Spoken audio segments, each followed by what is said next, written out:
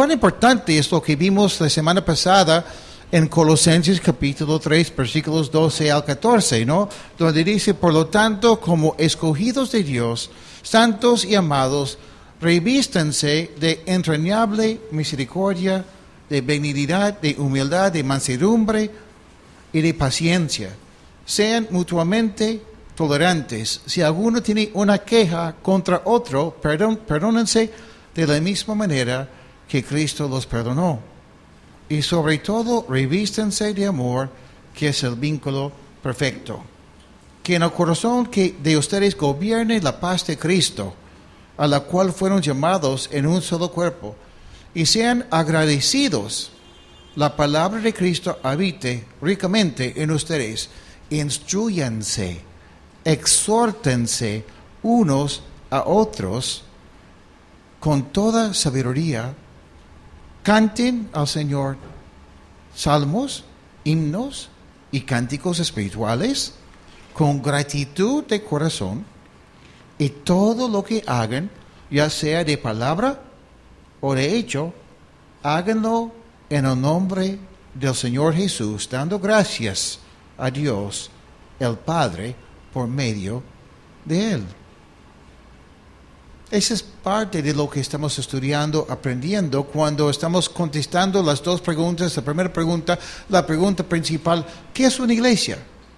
La segunda pregunta, ¿qué significa ser miembro de una iglesia? Lo empezamos la semana pasada, lo estamos continuando esta noche y lo vamos a terminar, Dios mediante, la semana que viene para poder retomar. No, la semana que viene no, porque es Semana Santa.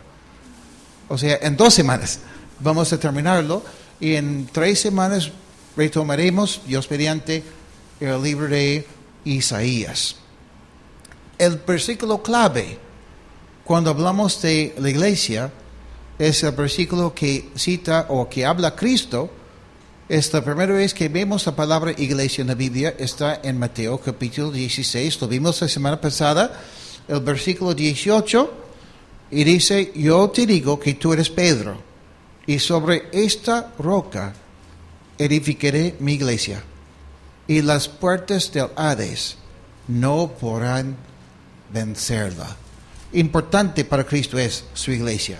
Importante para nosotros también es la iglesia de Cristo. Es a través de la iglesia que Cristo realmente ministra en el mundo. Y qué importante es ser parte de la familia de Dios. Qué bendición es tener un lugar donde podemos ir a alabar al Señor, orar los unos por los otros, amarnos, ser instruidos en la palabra y dar gracias al Señor, ¿no? Estábamos viendo una partecita de un documental de este hombre que sale en Netflix, no sé si lo han visto, Wild Frank, el salvaje Frank. ¿Han visto? Bueno, es un hombre que viaja por, no sé, muchos lugares del mundo y justo había hecho un documental en la India y en Nepal también.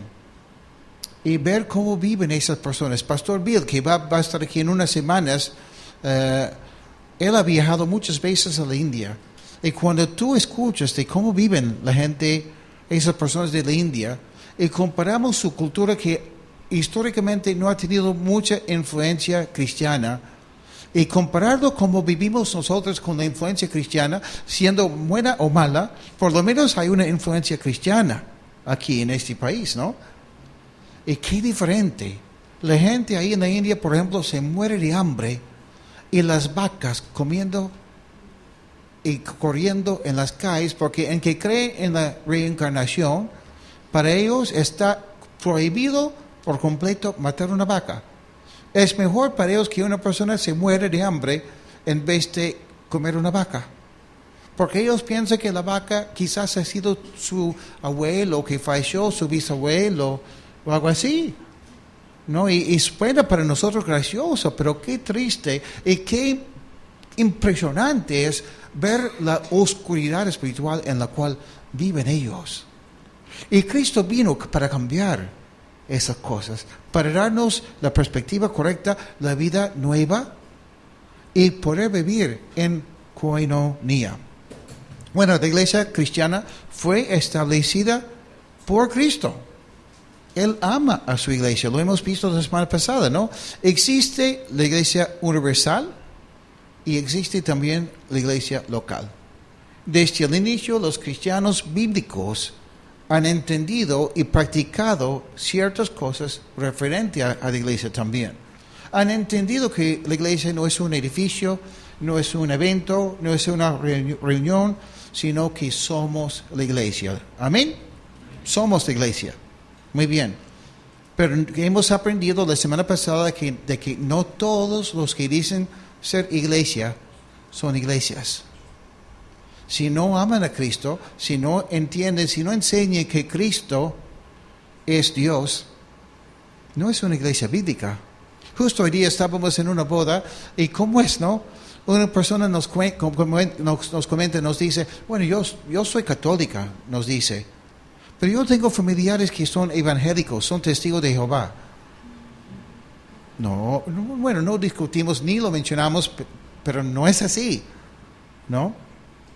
Pero no todos los grupos cristianos son iglesias tampoco. Las características que empezamos a estudiar la semana pasada son las siguientes. Número 1, la iglesia es la asamblea local de creyentes cuya existencia ha sido ordenada por Dios. Ese es número 1. Número 2.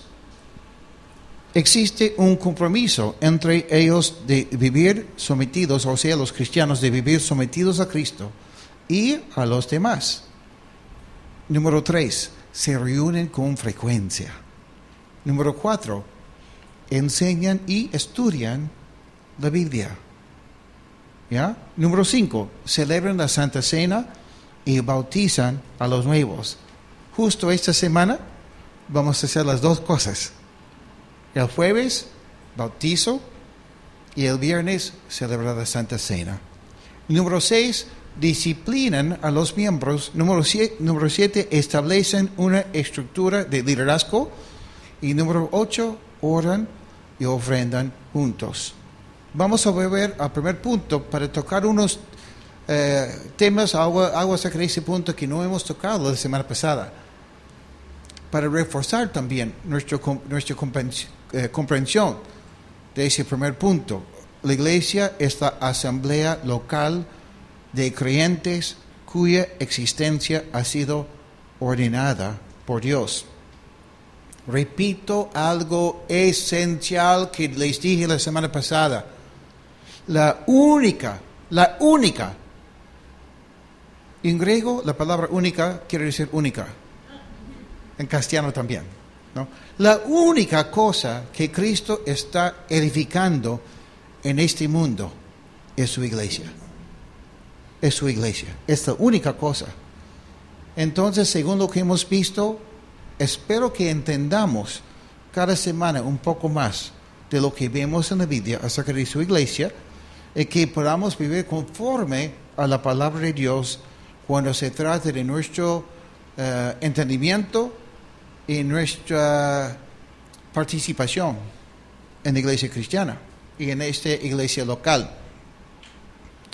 Pero ¿qué quiero decir con eso? Que la única cosa que Cristo está edificando en este mundo es su iglesia. Primero, lo que Cristo no está edificando, un partido político. ¿Se acuerdan cuando Josué, el líder de Israel, cruza el río Jordán y se encuentra con el ángel del Señor, que realmente es Cristo? Y Josué le pregunta, ¿con quién está usted? ¿Con nosotros o con ellos? Y el ángel de Jehová, que es Cristo, le dice, con ninguno. No es si yo estoy con ustedes, sino es si ustedes están conmigo.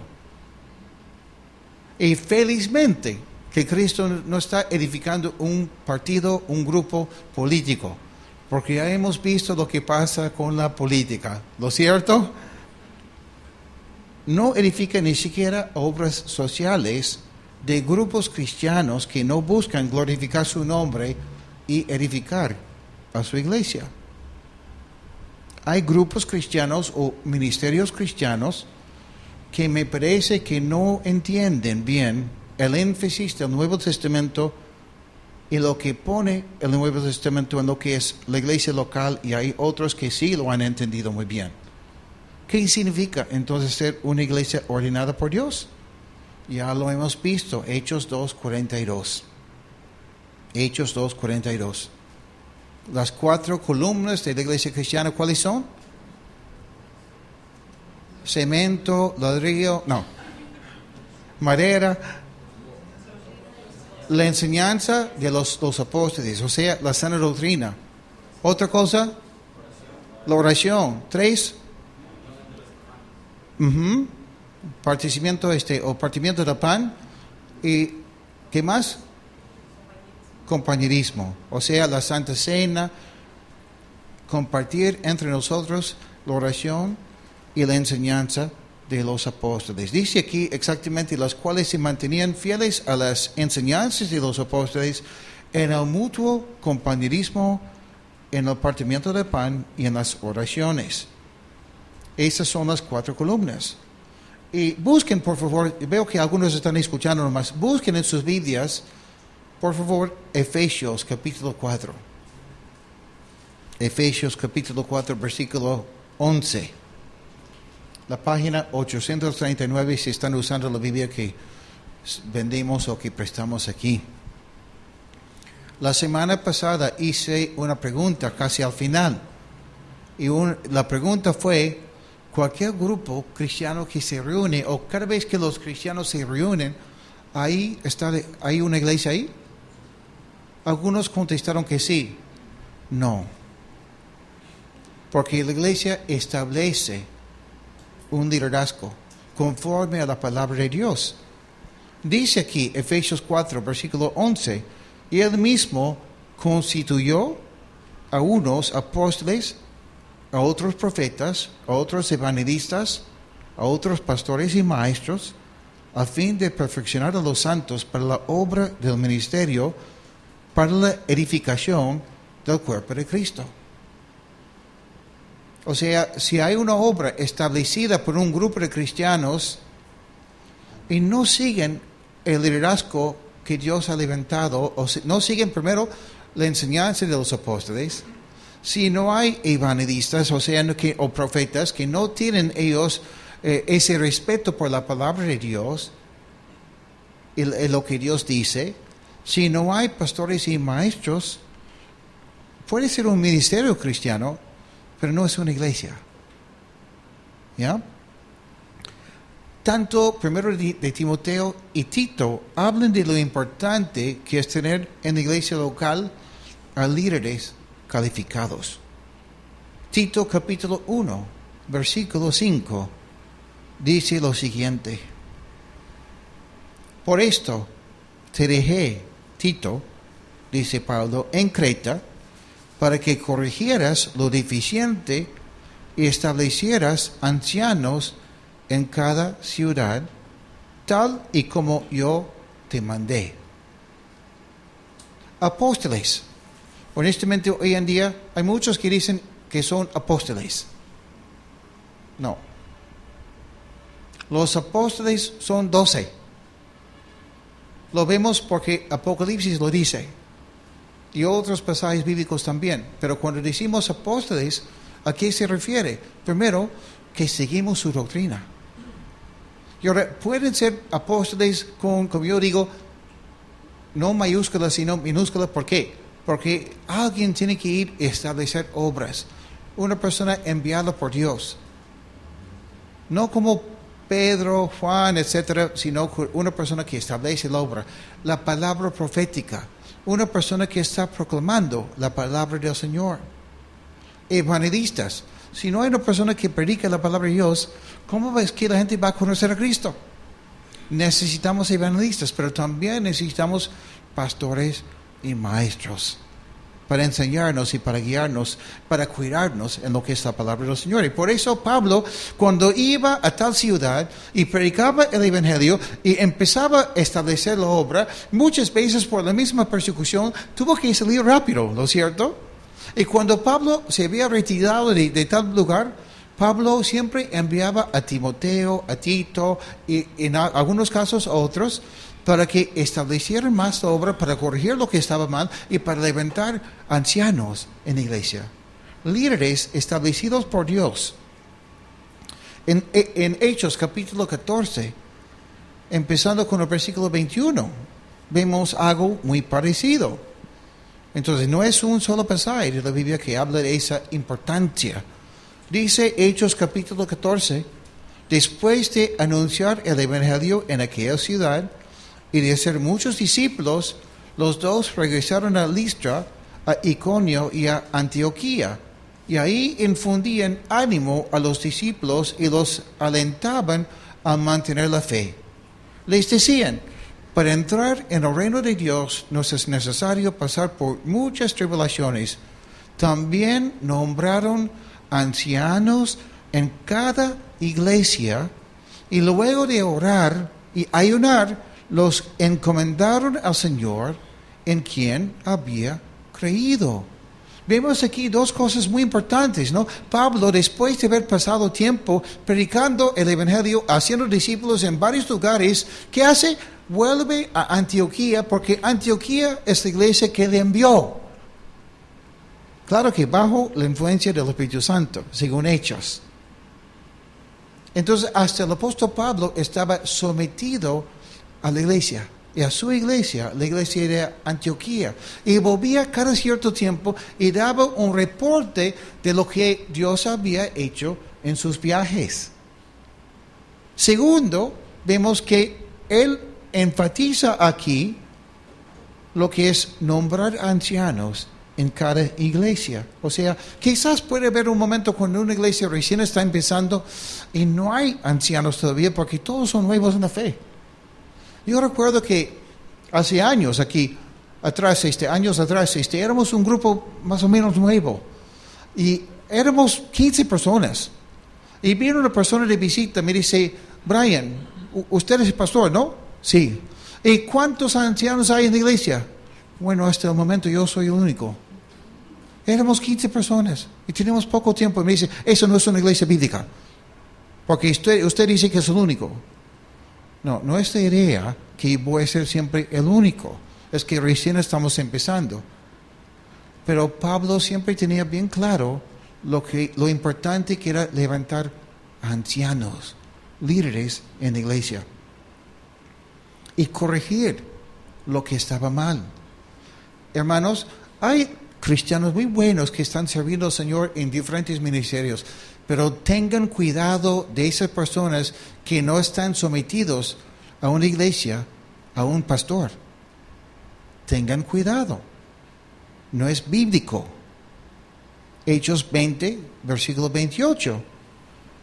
Dice aquí, Hechos 20, versículo 28, un poco más allá, yo les ruego que piensen en ustedes mismos y que velen, está hablando de los líderes, por el rebaño sobre el cual el Espíritu Santo los ha puesto como obispos, para que cuiden de la iglesia del Señor, y que él ganó por su propia sangre, discúlpeme. Dice aquí, ustedes deben cuidarse a sí mismos, hablando a los líderes, y cuidar a los miembros de la iglesia de Dios.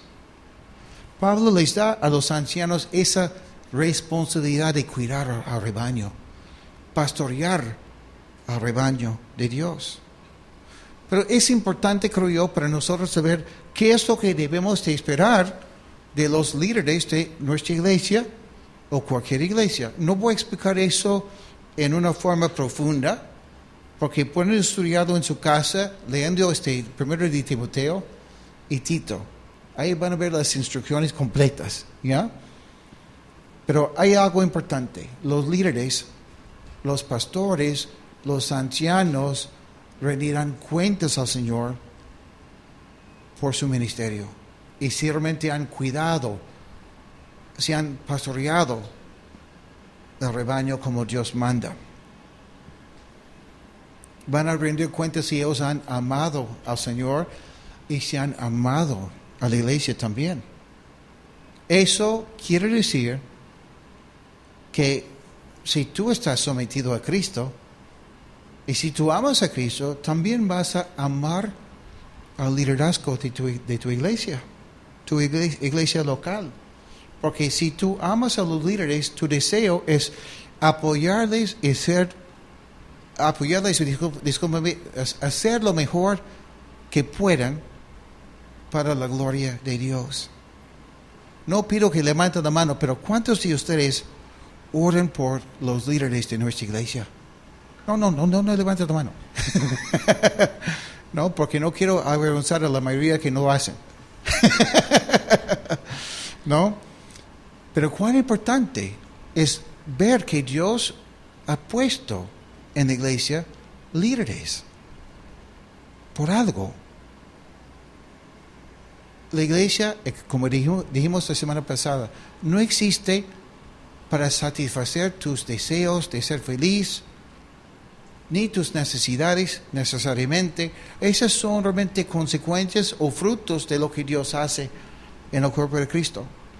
La iglesia existe para glorificar a Dios. Y el líder también debe buscar glorificar a Dios con cada decisión que toma.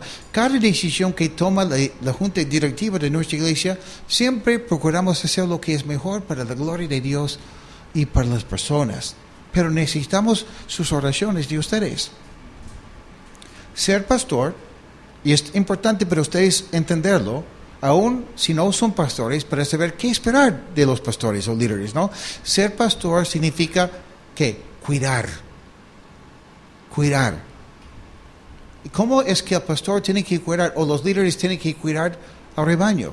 Primero, enseñando la sana doctrina, la palabra de Dios. Porque si no entendemos la palabra de Dios, ¿cómo vamos a vivir bien? Vivimos o bien o mal según lo que pensamos y lo que entendemos, ¿lo es cierto?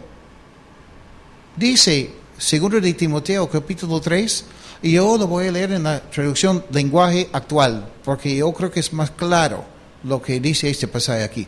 Dice, todo lo que está escrito en la Biblia es el mensaje de Dios, y es útil para enseñar a la gente, para ayudarla y corregirla, y para mostrarle cómo debe vivir.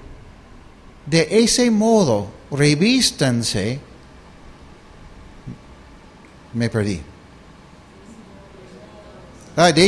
Yo estoy pensando en Efesios, ¿no? No, en Colosenses. De ese modo, los servidores de Dios estarán completamente entrenados y preparados para hacer el bien. Entonces, cuidar se trata primero de enseñar la palabra de Dios. Pero también implica ahí aplicar la palabra de Dios a la vida de la persona, la oveja. Por eso Dios me ha ministrado mucho en estos últimos 2 meses quizás, de lo importante que es para mí conocerlos mejor. Buscar cuidar sus vidas. No puedo hacerlo con todos, pero con los líderes poner más énfasis en eso.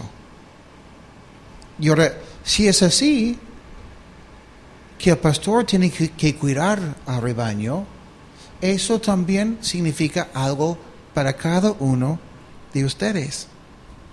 ¿Por qué? Porque la palabra de Dios, Hebreos capítulo 13, versículo 17, dice algo que no es tan común en las iglesias de hoy. Hasta a veces es mal visto.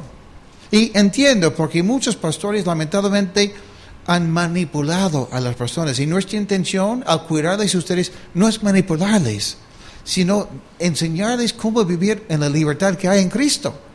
Enseñarles cómo escuchar la voz del Espíritu Santo ustedes mismos para que tomen decisiones sabias y darles el consejo que necesitan como cualquier persona en debidos momentos, ¿no? Pero aquí dice algo muy importante. Dice, obedezcan a sus pastores y respétenlos.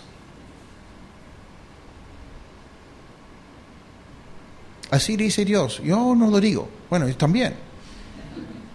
Porque es bíblico.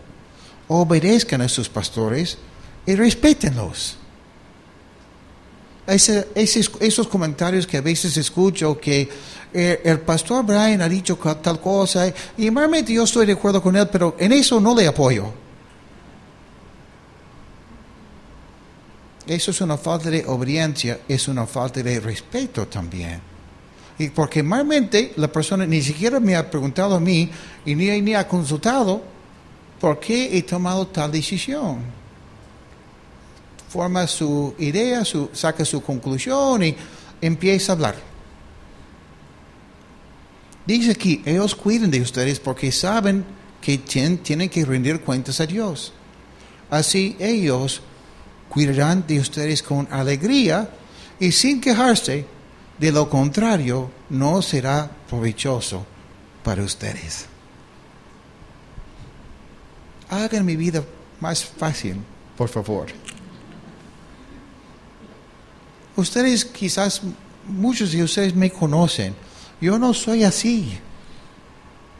No soy metiche. Es más, yo creo que he llegado quizás al otro extremo, que no quiero meterme. Estoy buscando el equilibrio en eso, porque quiero apoyarles. Y la junta directiva de nuestra iglesia también. Cuidar al rebaño va más allá de una simple enseñanza bíblica. Más que una cosa intelectual. Significa velar por las vidas de las personas. Quiero velar por sus vidas. Por eso, oren por mí, oren por los demás líderes. Los pastores existen por algo y es para pastorear.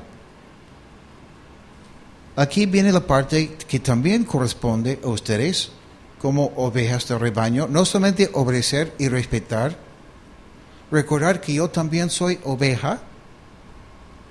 Yo estoy sometido a mi pastor. No les pido hacer algo que no lo hago. Por lo menos cada 15 días tengo una reunión con mi pastor y a veces es con más frecuencia. Cara a cara no. Por Skype o por Messenger o cosas así.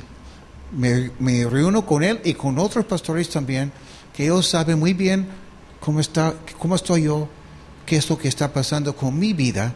Me orientan. Tanto así que hace unos años le escribí a mi pastor, ¿puedo decirlo?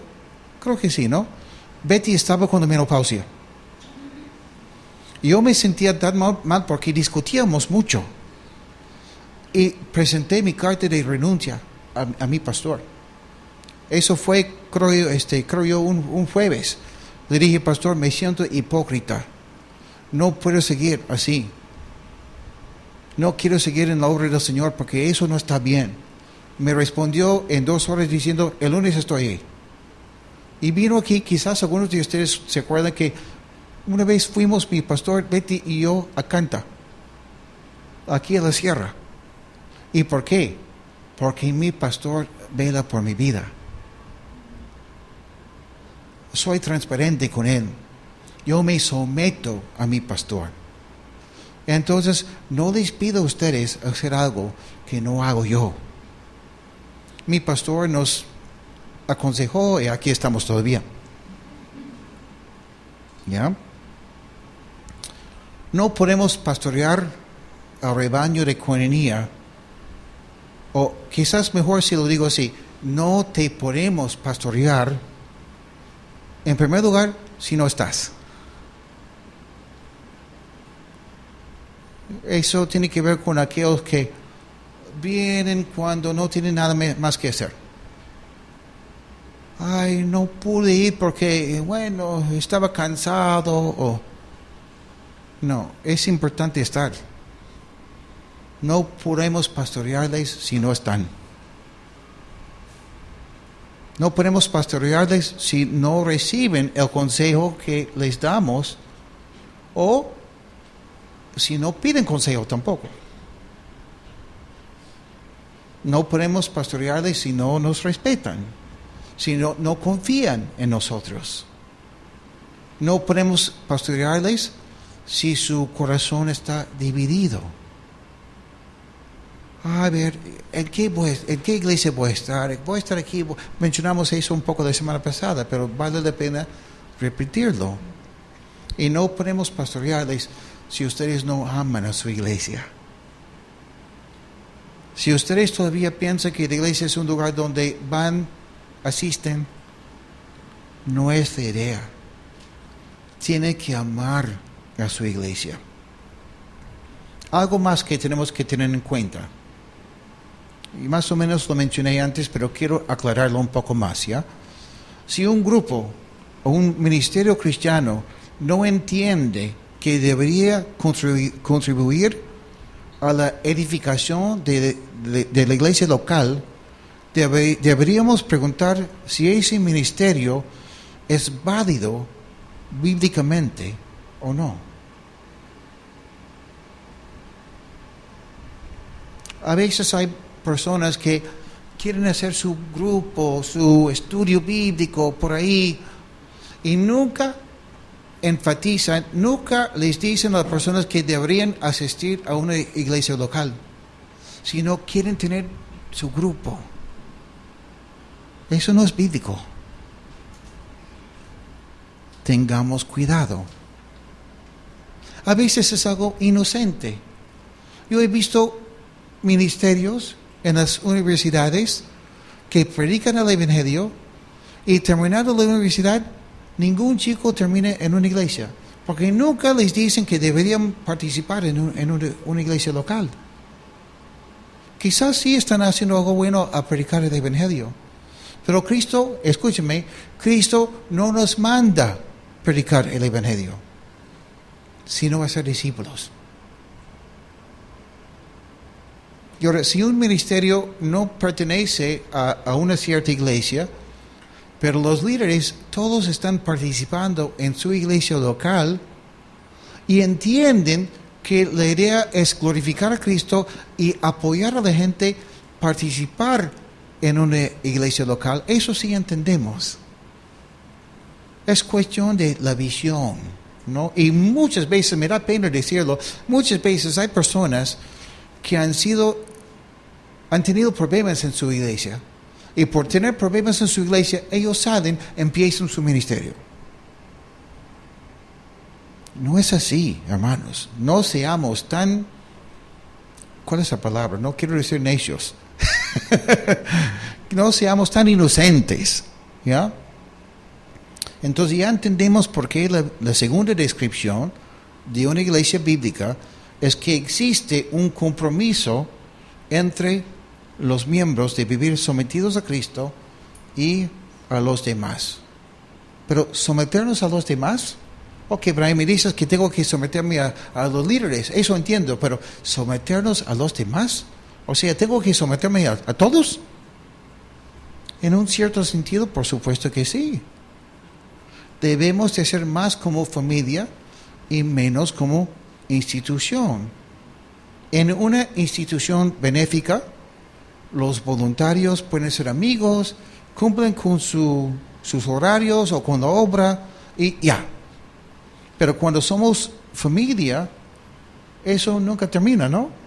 Eso es lo bueno. Los cristianos de los primeros años, los primeros siglos, se reunían para orar juntos, pero también comían juntos y era una prioridad para ellos estar juntos.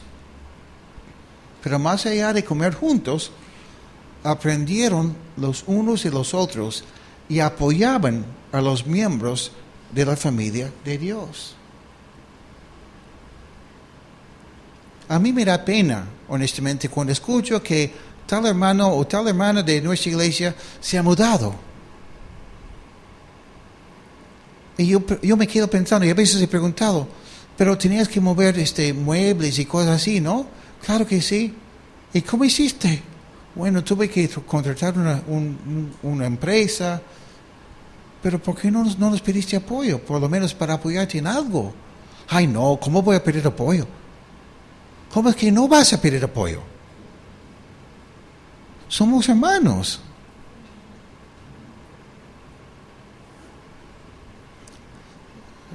Hermano, no te hemos visto.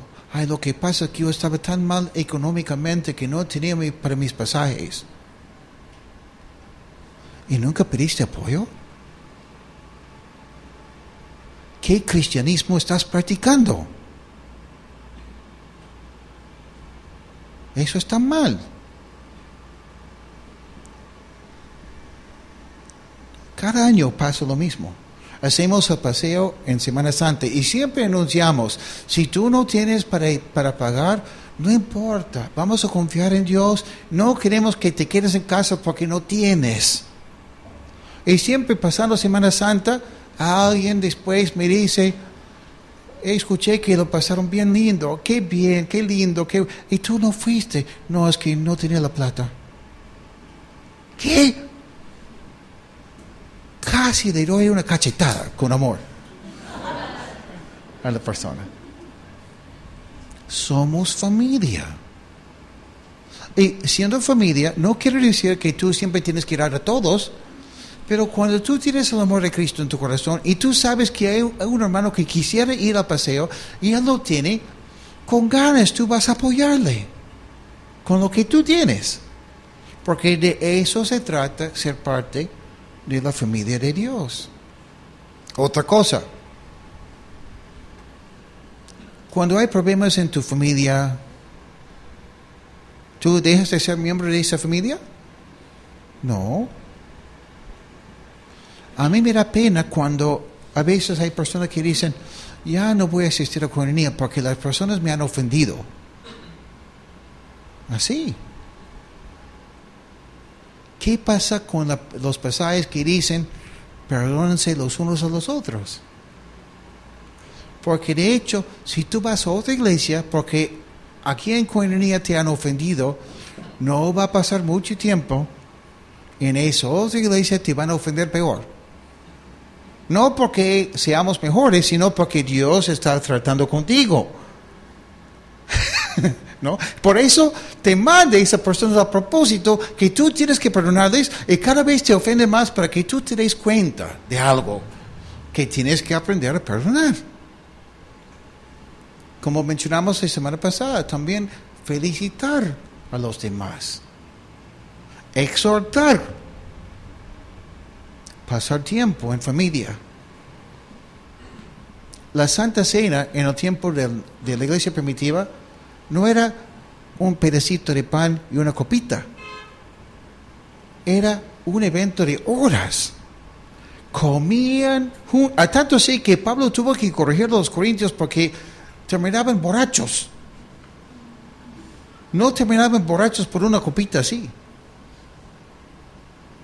Lo bueno es que sí, ellos pasaban horas juntos. Yo sé que a veces tenemos que hacer. No estoy juzgándoles a aquellos que salen corriendo de aquí, yo entiendo. Pero debe haber un momento cuando ponemos como prioridad estar juntos. El Nuevo Testamento usa verbos como perdónense, revístanse.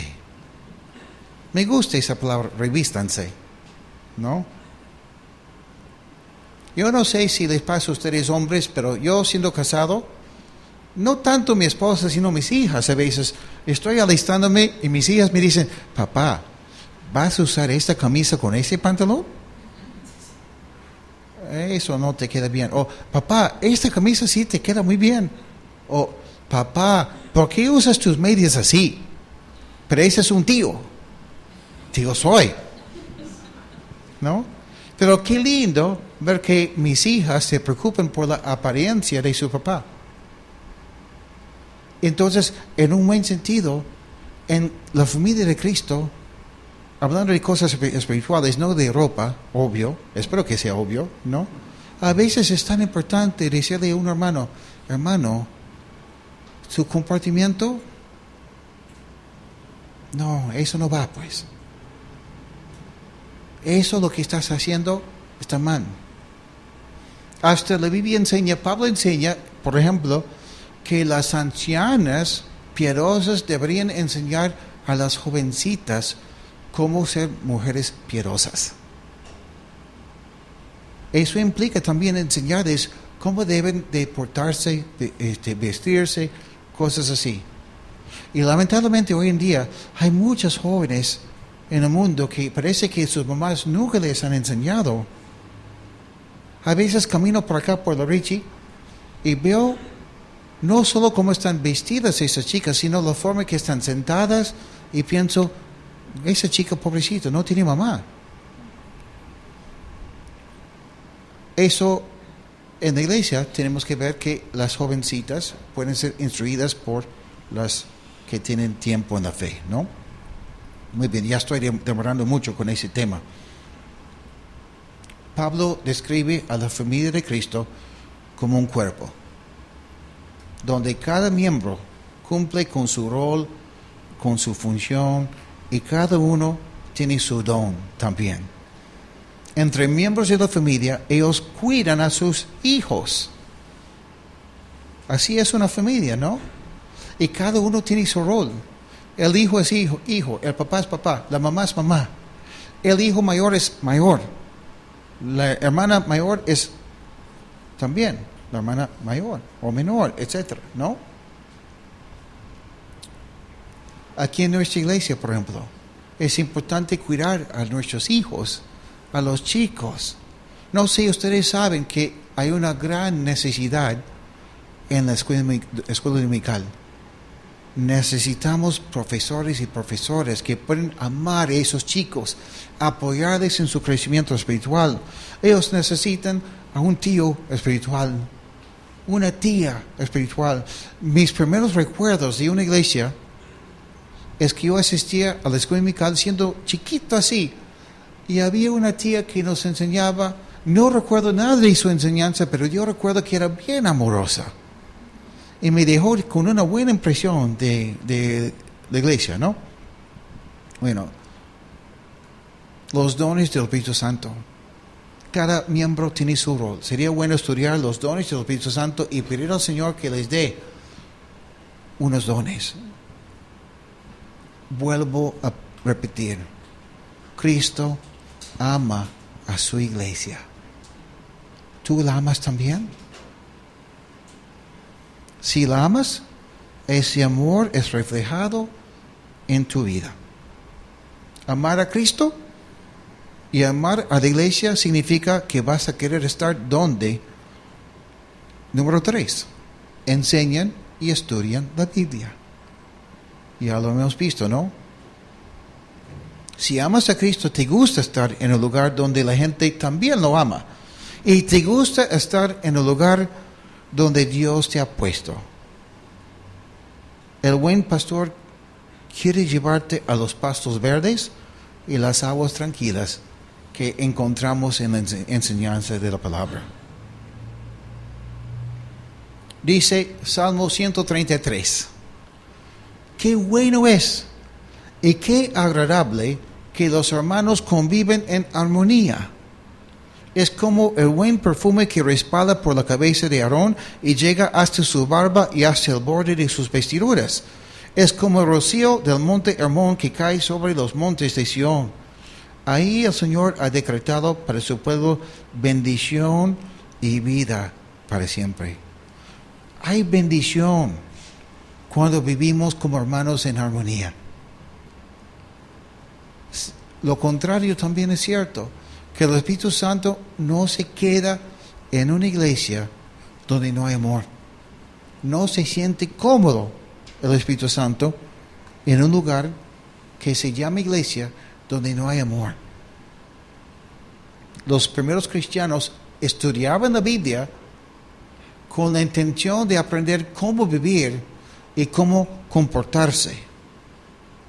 Estudiaban la sana doctrina. Y en 1 de Timoteo capítulo 3, versículos 14 al 15, dice lo siguiente: aunque tengo la esperanza de ir pronto a visitarte, te escribo, Timoteo, esto para que sin me tardo sepas cómo conducirte en la casa de Dios. ¿Cómo conducirte en la casa de Dios? Que es la iglesia del Dios viviente, columna y baluarte de la verdad. Qué impresionante es ese pasaje, ¿no? Cristo y su iglesia. Y la iglesia es la columna, el baluarte de la verdad. Siempre y cuando la iglesia estudia y enseña la palabra de Dios. Y así aprendemos cómo conducirnos en la casa de Dios. Y así cuando sabemos cómo conducirnos en la casa de Dios, podemos llegar a vivir en armonía como Dios manda. Y es la iglesia de Dios viviente en la cual debemos de estar. Cuando Pablo viajaba, no establecía ministerios para niños, sino alcanzaba a familias. No edificó hospitales, aunque Lucas era médico y Lucas viajaba con él. No inició ministerios en los colegios, en las universidades, sino plantó iglesias. Digo que un cristiano no debe establecer un hospital, no digo eso. No digo que un cristiano no debe participar en un ministerio en una universidad tampoco.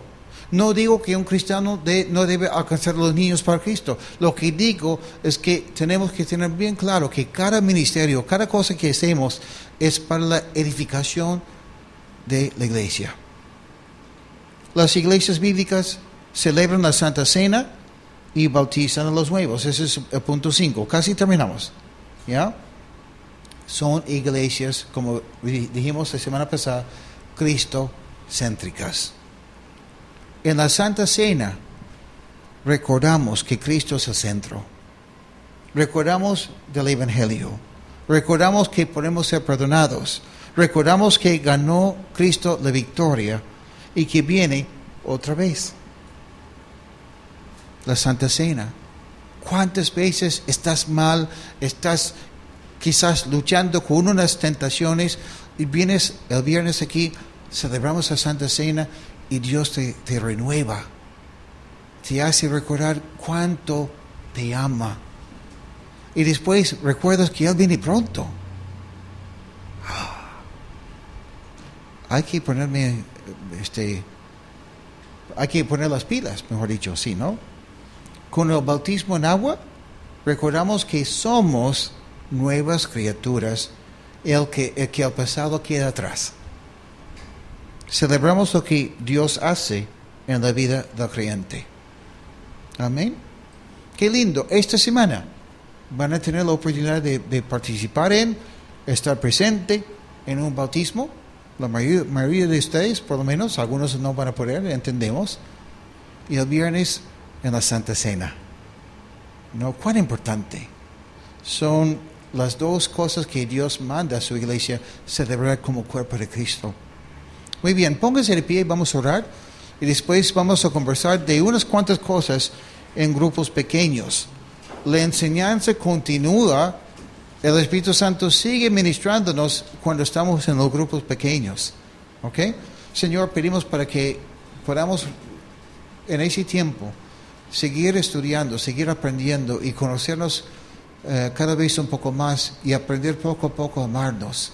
Ayúdanos, Señor, a buscar tu rostro siempre y cada vez más ser una iglesia bíblica. Enséñanos a amarte a ti y a amar a tu iglesia. Te lo pedimos en el nombre de Jesús. Amén.